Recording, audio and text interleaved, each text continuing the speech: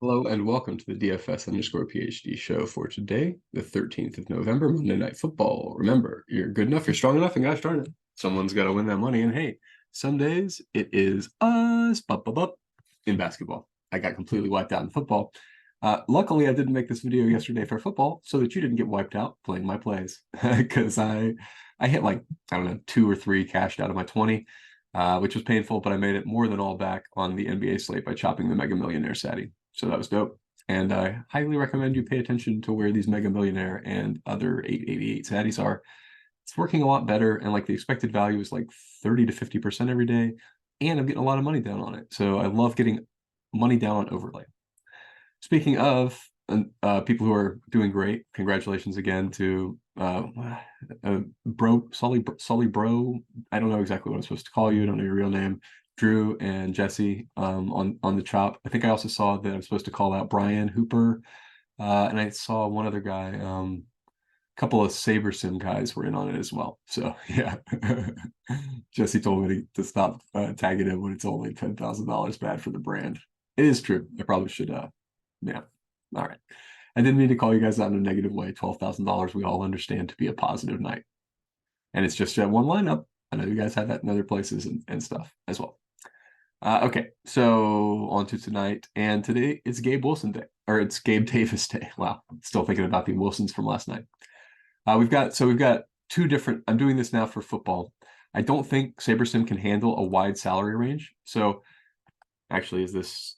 Yeah, still too wide. It's not getting to the lower salary lineups that I want it to be sampling.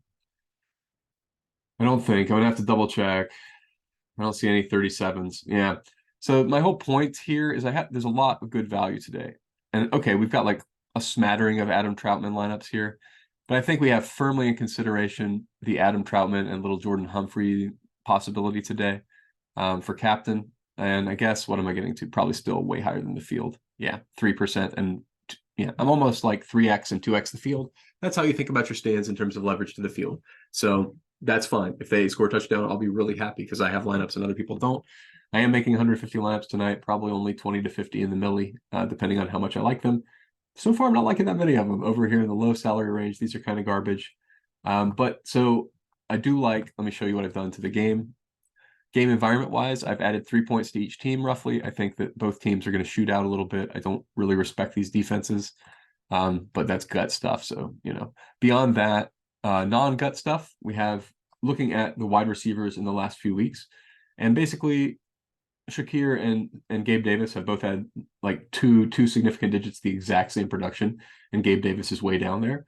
I think he's just gotten unlucky, right? That's 3 games, and I mean maybe the whole season even. And we're at a point in the season where it's regression time. Guys who are out there, like you saw, who was it yesterday?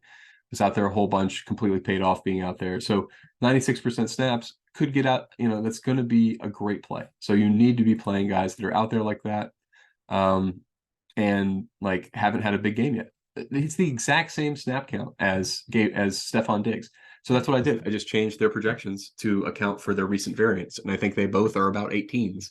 I think both Gabe Davis and Stefon Diggs in this offense are a 1. I mean, they're 1 and 2, but they're both out there every play, and the guy likes to look at both of them. So I think you got to get to Gabe Davis tonight. And for me, it's going to be a lot in the captain because I think we still haven't seen the big Gabe Davis game, and it's coming.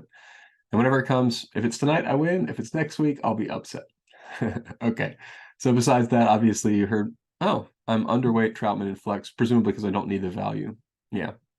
And because also I should say, I have added for this week for optimal ROI purposes, just for 1 week, we're going to use Habe's rule. I think that one of those really smart sharks keeps sharing his information with us about how he's building his lineups, and he's super sharp. He's like the top 5, top 10 of the lineups uniques and under 5s, and that's how you have ROI. So why am I not using your wonderful sheets? I mean, like, yeah, I think maybe I should give a plug for whatever. I think it's True DFS. Yeah, I should have looked that up beforehand. But Sheets has an actual website, and so since he's providing us with free stuff, and I'm calling it Habe's rule, I should also know how to pronounce your name if I'm making a rule based after you. But oh yeah, Habe's rule 19. It's a geomean ownership limit of 19. It's very restrictive. These are weird lineups, exclusively weird lineups. You have to make sure that you're comfortable with the weirdness. You comfortable with that much Javonte Williams? Yeah. Comfortable with a lot of, yeah, this is fine. This is all going to be fine. Yep. Yep. Happy with all this. A bunch of weird choices, but anyway, let's go with the optimal ROI because most of you are probably trying to make money and not just win unique millies. This will get you under fives and pretty unique in general. Now, none of these, not getting ton. I wanted to see some better. I might have to limit. Habe's rule makes it so we don't have as many optimals, right? Like normally I like to see these being like 14, 15, 30 out of the 5,000 whatever sims they run, but it's only getting to like 9 or 10. And that means, was that 10 out of 5,000? Did I run 5,000? No, 1431. So 10 out of 1431. 10 out of 1431. 0.6.7%. Okay, well, that's pretty good. So never mind. It's just a smaller pool that it's running it in, so it's more optimal more often in that pool. Fine. That looks like a pretty good lineup. I'll stop looking at these. Because yes, please don't just randomly copy these things. There will be news before lock. You probably need to be paying attention to it. Let's check on what that is right quick.